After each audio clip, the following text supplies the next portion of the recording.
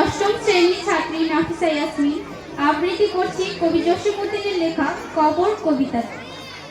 এইখানে তোর দাদির কবর, ডালিম গাছের তলে ৩০ বছর ভিজায় রেখেছি দুই নয়নের জলে।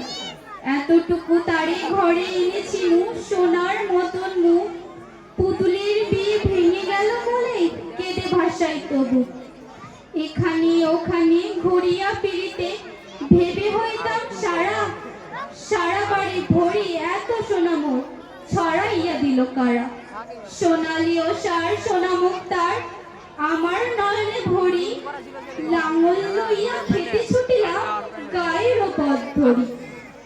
যাইবার কালে ফিরে ফিরে তাই দেখে লইতাম কত, এ কথা লইয়া ভাবি সব মোট তামাশা করিত শত। এমনই করিয়া জানি না কখন জীবনের সাথে মেশে ছোটখাটো তার হাসি ব্যথা মাঝে হারা হয়ে গেল দিশে।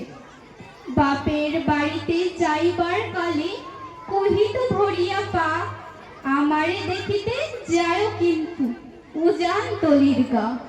শাপলার হাটে তরমুজ বেচি পয়সা করি দেরি, পুতির মালার এক ছড়া নিতে কখনো হতো না দেরি।